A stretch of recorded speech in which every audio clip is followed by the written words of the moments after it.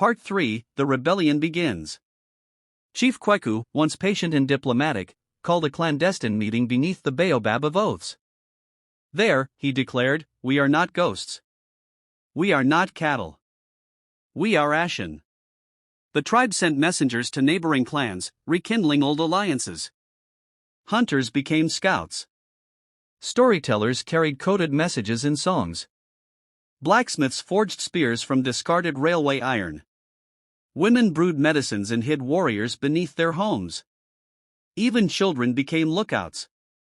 Kwabena, freed in a nighttime raid by his cousin Amma, took leadership of the Ashan's youth warriors. They called themselves the Flames of Karizi, and their emblem was the red feather of the sacred Nyoka bird, a symbol of defiance and return. Their first act was sabotage. They ambushed a British supply train headed for Fort Wellingham, stole weapons, and burned the track behind them.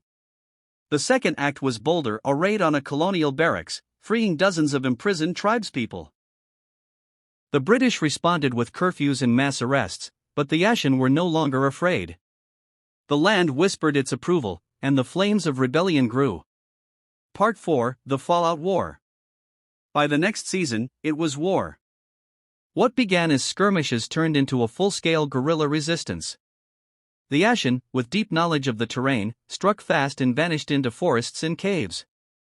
They blocked trade routes, poisoned wells used by British patrols, and intercepted military orders using stolen radios. The colonizers called in reinforcements, mercenaries and soldiers from distant lands. Fort Wellingham became a fortress under siege. The British burned villages suspected of aiding rebels. Smoke rose across the valley. Fields lay fallow. Children hid in caves during daylight. But the Ashan would not yield. Amma, now a feared strategist, led daring missions to cut off British communications. Old warriors, once thought too weak to fight, trained young ones in spear technique and shadow movement. Chiefs from allied tribes pledged warriors to the cause. Even some Ashan who had once served as colonial intermediaries turned against their masters. The war dragged on, but the tide slowly turned. British morale waned. Supplies dwindled. Letters sent back to London carried tales of a people who would not die, of a land that rejected foreign rule like a body rejecting poison. Part 5, The Land Reclaimed. The final blow came one rainy morning, 3 years after Mama Sua's blood touched the earth.